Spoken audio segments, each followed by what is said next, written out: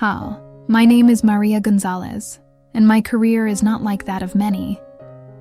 I grew up in a small town in northern Mexico, where arid land and scorching temperatures seemed to be ever present.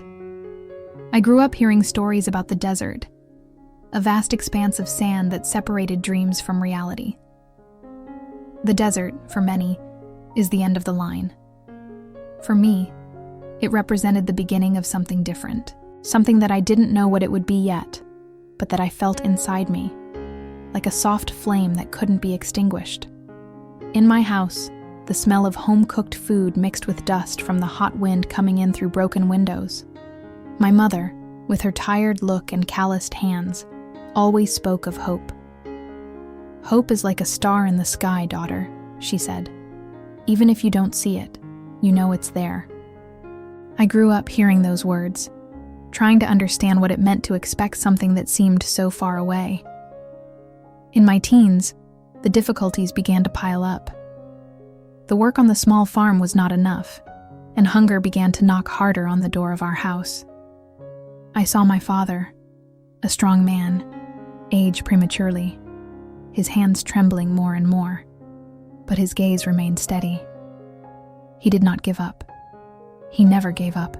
But desperation took over my life when, on a muggy night, we learned that the government was planning to evict our village in order to expand the border.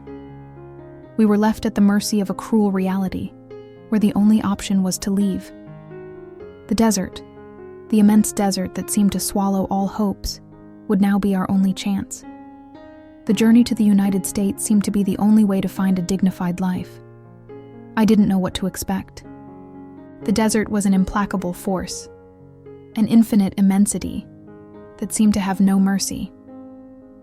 The sand, with its rough texture, clung to my skin, and the heat was like a heavy layer that couldn't be removed. But what marked me the most was the silence. A deep silence, where the only sound was the beating of my heart, which beat in my throat, and the gasp of others who, like me, were looking for something beyond that. Something we didn't even know what it was. I knew the journey would be difficult, but I never imagined how much it would challenge me. With each step in the desert, the sun burned my skin, and thirst became a constant presence, a shadow that hung over us all. My feet were bleeding inside the makeshift sandals, and sand seemed to seep into every crevice of my being, bringing with it a tiredness that almost made me stop.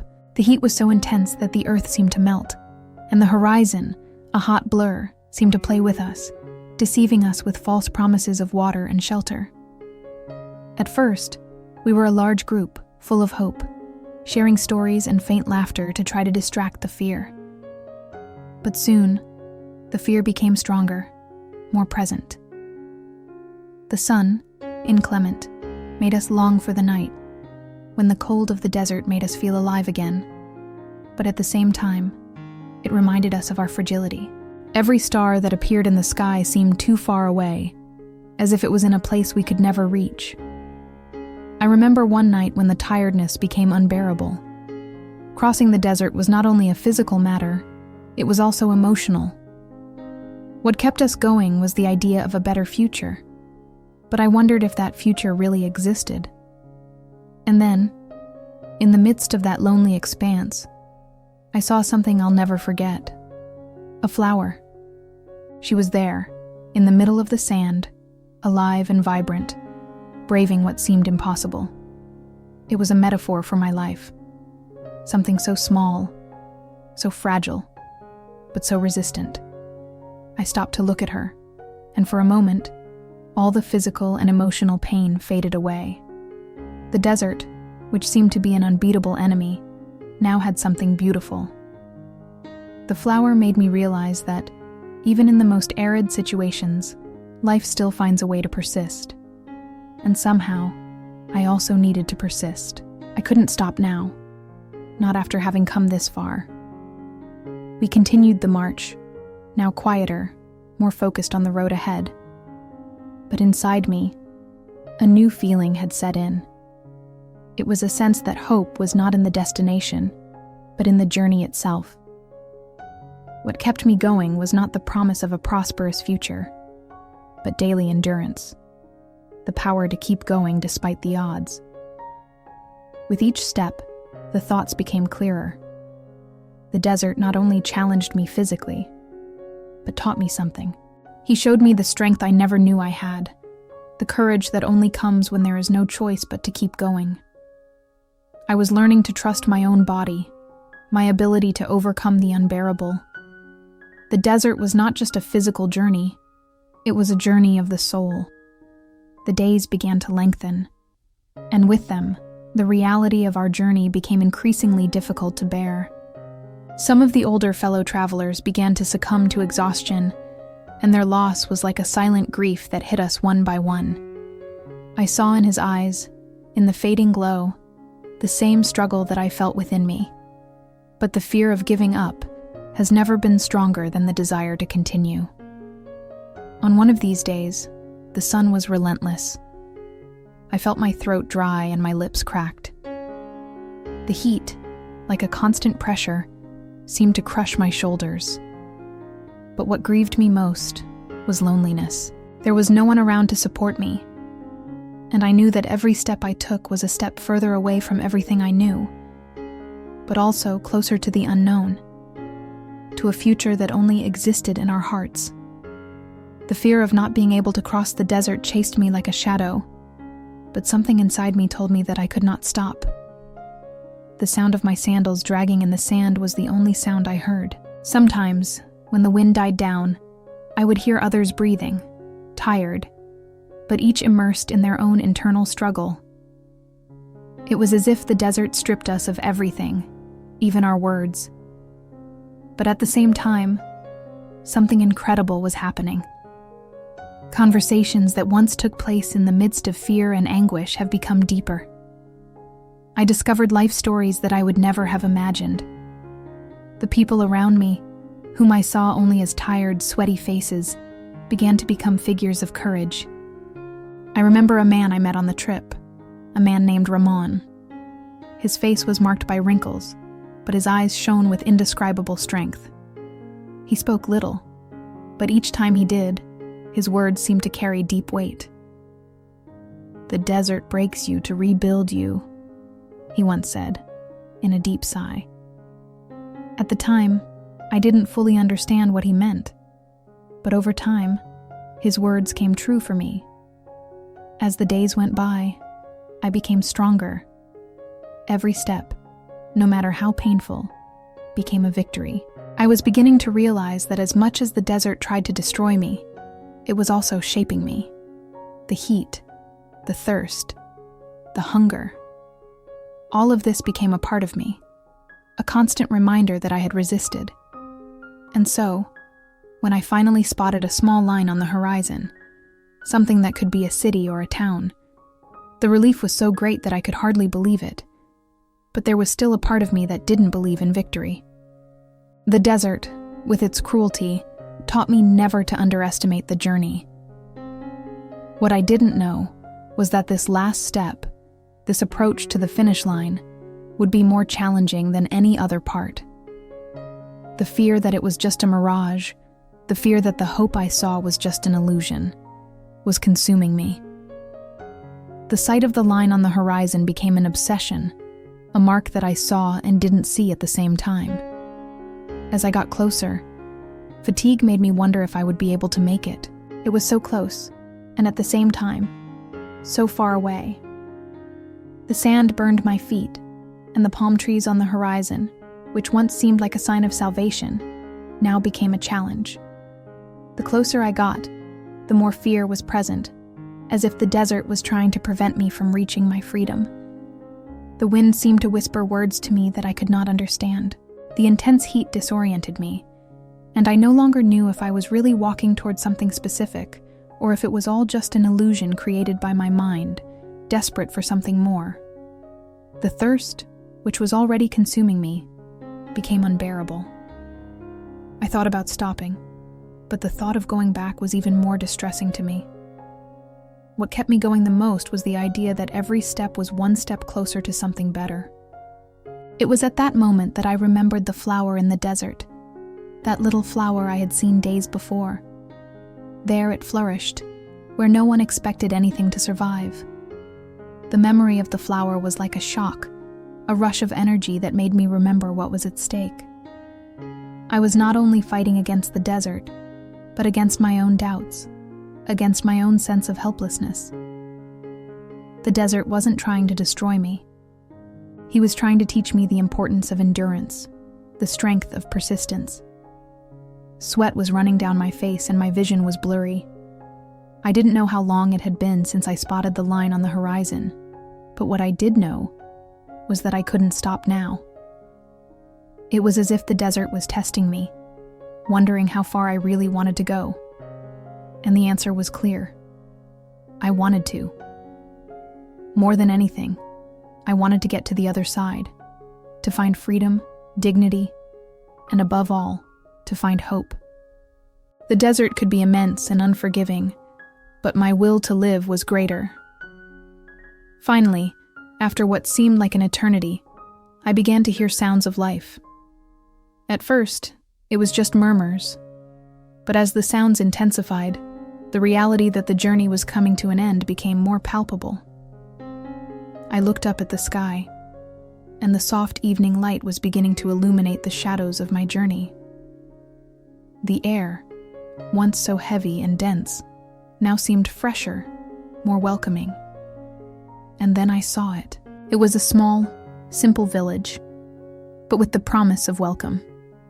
The houses were made of mud and wood, and the people were simple, but with eyes full of stories.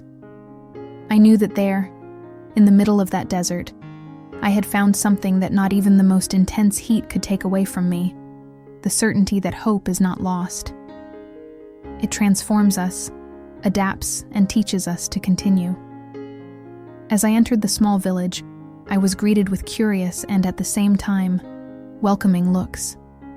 It seemed as if for a moment, the desert had receded, and I was in a place where the weight of the journey could be left behind. But the truth is that, even there was a sense that the fighting was not over yet. I was in new territory. A new challenge was brewing before me, and the desert taught me, at every turn, that adversity had no end, but that the ability to overcome it was also infinite. The smell of freshly brewed coffee invaded my nostrils. The sound of children playing, the soft footsteps on the dirt streets, and even the murmur of conversations in Spanish were like a melody that sounded like music to my tired ears. When someone came over and offered me a plate of hot food, I could barely hold back my tears. I was so hungry, not only physically, but emotionally. That food was not just substance. It was a reminder that I was not alone, that there was goodness in the world, even in the most remote places. I talked to some people in the village and soon realized that I wasn't there by chance. The same pain that I carried in my soul seemed to be shared by those who were there. Many, like me, had crossed the desert, and others had left their own homes in search of something better. But something extraordinary happened. No one seemed lost. No one seemed aimless. Everyone there, despite their difficulties, carried a silent strength, a strength that could only come from overcoming. I remembered Ramon, that man I met in the desert. I was right. The desert had not broken me. It had molded me. She was no longer the same woman who had left Mexico weeks before. I was stronger, more aware of my own strength, and more connected to the idea that true overcoming is not about avoiding difficulties, but about learning to live with them and use them as fuel for growth. That night, when I lay in bed for the first time in weeks, my body still ached, but my mind was calmer. The soft sound of the wind passing through the open windows and the distant murmur of the stars made me feel something I hadn't experienced in a long time. Peace. And it was at that moment that I realized that the crossing of the desert had not been just to reach the other side. It was about discovering a new version of myself, a version that would never have emerged without the challenge. And it was in that silence, between the wind and the stars, that I finally understood the true lesson of the desert. Hope is not in the destination.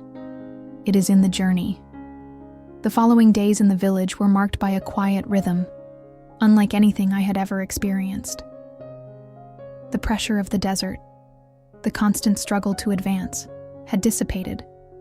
But the truth was that I still carried with me the feeling of not belonging completely to that place. While the welcome was genuine, there was a part of me that felt the weight of my journey, and the fear that the tranquility of the village was just an interlude, a temporary pause before the outside world challenged me again. It was then that on a hot afternoon, an old woman approached me. His face, marked by time, had an expression of profound wisdom. He looked at me for a moment before speaking. "I've been where you are," she said, her voice soft but firm. "The desert is a blessing in disguise.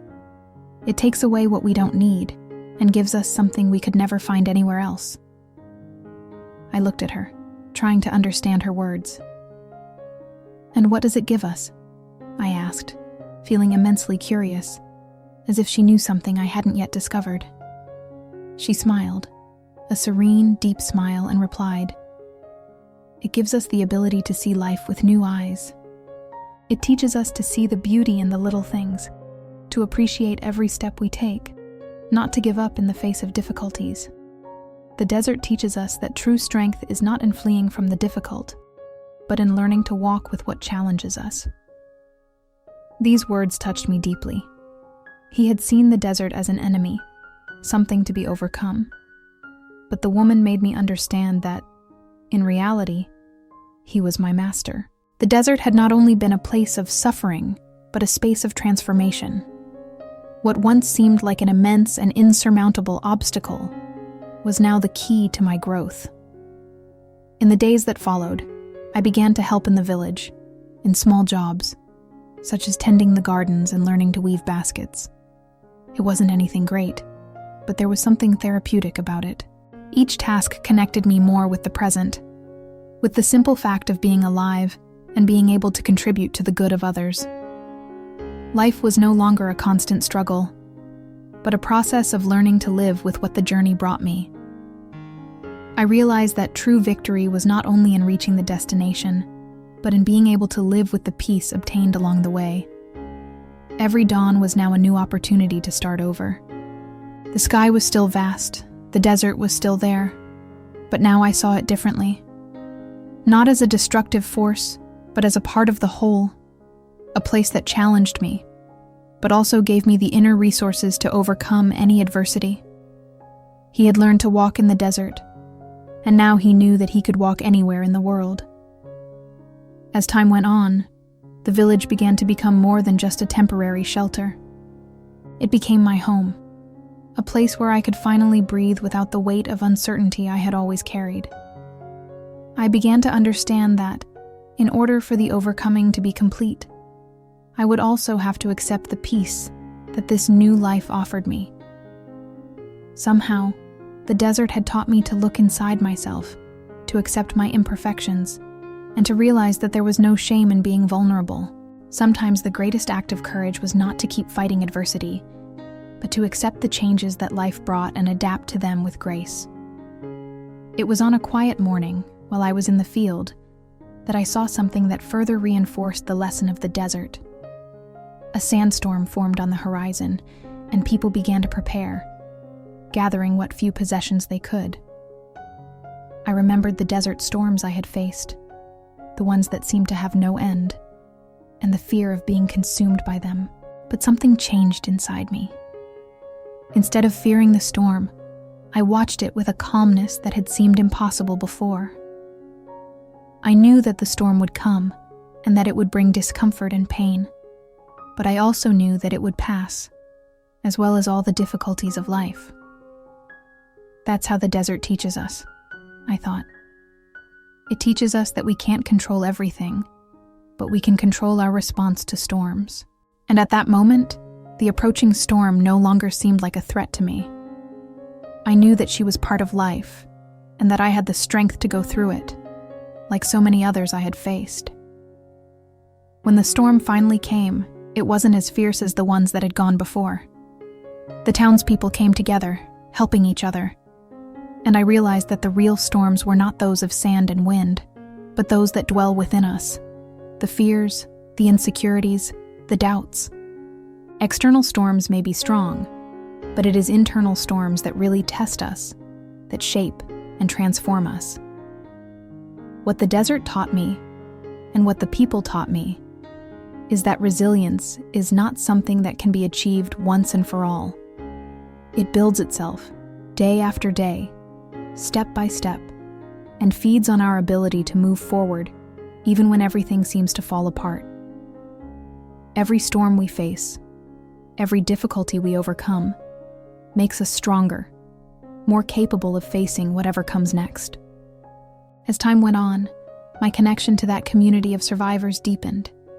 Each had their own story, their own journey, and all of those stories were intertwined in a way I could never have imagined before crossing the desert. The desert, after all, wasn't just a line on the map. It was the space where pain and hope coexisted, where souls were transformed and rebuilt. Each of those present was living proof that no matter how arduous the road, there was always the possibility of starting over. I didn't know what the future held for me, but I knew one thing for sure. No matter what happened, I had found within myself a strength I never imagined I had. The desert taught me that true power lies in our ability to move forward, not to give up, and to find beauty in the simplest things in life. And more importantly, it taught me that hope, even in its dimmest form, can be the light that guides us through the darkest nights. Months passed, and life in the village settled down in a way I could never have predicted. The struggle for the simple fact of living began to give way to something deeper, the search for meaning. Although the time in the desert had taught me how to survive, the tranquility of the town taught me how to live. I was no longer so much concerned with escaping the storms of life, but learning to dance with them, understanding what they could teach me. With each sunrise, I felt that there was something new to discover within me. One of these days, while walking through the dirt streets of the town, I met a group of young people who were talking animatedly. They talked about dreams, plans for the future, and the possibilities that opened up for them. I felt a bit of discomfort, something I hadn't experienced in a long time. I no longer knew what my dream was, what my next step was. The desert had taken me out of one place and into another, but now I was faced with the reality that, although I had survived, the future still seemed hazy. What would I do with the freedom I had earned? What was I going to do with all the pain that was now part of me? As I approached them, one of the young men, a young man named Luis, looked at me curiously and asked me about my story. I smiled and began to share with him and others about the wilderness journey, about the losses, the hardships, and most importantly, about what I had learned. I talked about the flower I had seen in the desert, how the desert taught me to see the beauty in the little things, the importance of endurance, and how, at the end of the day, what really matters is the ability to keep going, even when all seems lost. Luis looked at me with eyes full of admiration. "You are an example for all of us," he said. "Not only did you survive, but you transformed." Those words touched me deeply. I didn't know if it was really an example, but one thing I was sure of: the desert had not been the end of my story. It had just been the beginning of something new, something that I didn't know what it was yet, but that made me feel an inner strength that I had never imagined. The feeling that my journey was not only connected to the past, but also to the future, to all the days that were to come. As the sun began to set, tinting the sky with warm orange and pink colors, I realized that the desert, with all its difficulties and challenges, had given me something immense, a new view of the world. He had learned to walk lightly, even in the most arid terrain, and to find beauty in the simplest things. Basically, the desert had not been a journey of escape, but of discovery. And what he had discovered, more than anything else, was the human capacity to resist, to adapt, and above all, to be reborn. I didn't know what my next step would be, but one thing I knew: there was no longer any fear. The desert taught me that even in the most difficult circumstances, there is always something valuable to learn. And from now on, he was ready to accept whatever came his way. Not because I was immune to fear or pain, but because I now knew that, like the flower in the desert, I too could bloom, even in the most inhospitable places. Over time, the days became clearer for me, and a sense of purpose, something that had previously seemed distant and intangible, began to emerge within me. Life in the village had shown me that the real journey was not about where we arrived, but about how we lived each step of the way. The desert, which I had feared so much, taught me that times of suffering and trials were not obstacles, but necessary parts of a process of growth. I started to get more involved with the people of the town. I began to teach what I knew, sharing the lessons the wilderness offered me.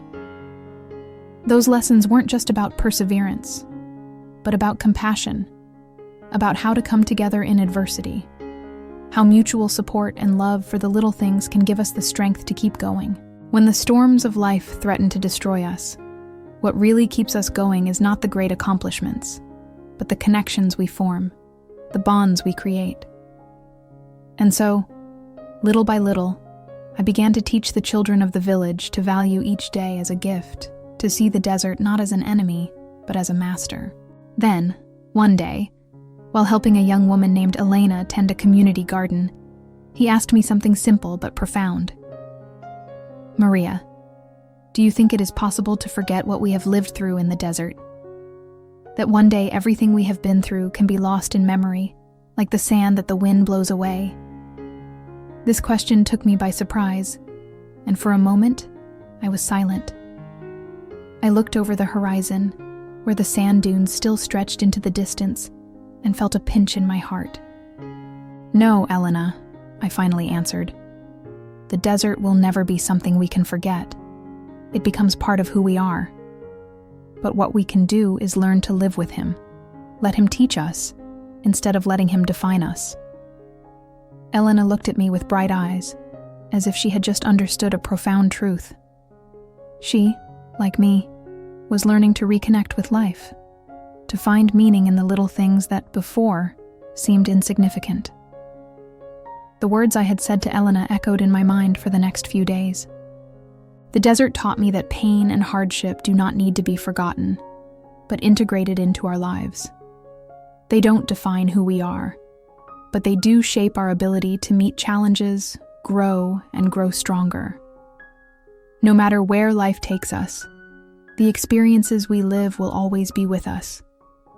But most importantly, the choices we make about how these experiences shape us are what determine our journey. Now I was more at peace, more aware of my own strength. The desert had shown me that even in the driest of circumstances, there is always a way to flourish. And with that, I knew that no matter what the future held for me, I was ready to face it. Because like the desert, life also has its periods of drought. But there is always the promise of a new dawn, of new flowers, of new possibilities. And it was in this new beginning, with peace in my heart and renewed strength, that I knew my journey was far from over. It was just a pause, a moment to reflect, to start over. The desert, once a symbol of grief and loss, has now become a symbol of rebirth and resilience. I was no longer the same woman who had crossed those sands, but a stronger, wiser version of myself, and more willing to keep looking for hope, wherever it was. As the months went by, my life in the village stabilized. It wasn't easy, but there was a beauty to the simplicity of the days. I was beginning to realize that true peace did not come from a perfect place, but from the ability to accept the imperfection of life. There were times when I missed Mexico, the distant mountains, my home. But it was not a painful longing. It was a longing full of love and gratitude for the lessons that land gave me. Nature not only took me away, but brought me back to what really mattered. My soul, my story, and what I wanted to do with the opportunities that came my way. It was then that, on a hot summer day, fate brought me a new opportunity. A group of people, coming from other towns and even from some distant cities, came to our community in search of help. They were facing the same struggle I had already faced: the scarcity of resources, the daily hardships, the weight of hopelessness. They were about to give up, and I knew I had something to offer. Life in the desert has taught me that when you allow yourself to be transformed by pain, you too can be a source of transformation for others. I started hosting meetings in the village, inviting residents to share their stories and experiences. I began to teach people to see the desert with different eyes, no longer as an end, but as a means to a new life, a new perspective. The desert, in its brutality, teaches us to appreciate the things that really matter: the strength of our community, the kindness of others, and the ability to rebuild, even when all seems lost. The meetings became a meeting point for all those who wanted to learn how to turn pain into strength.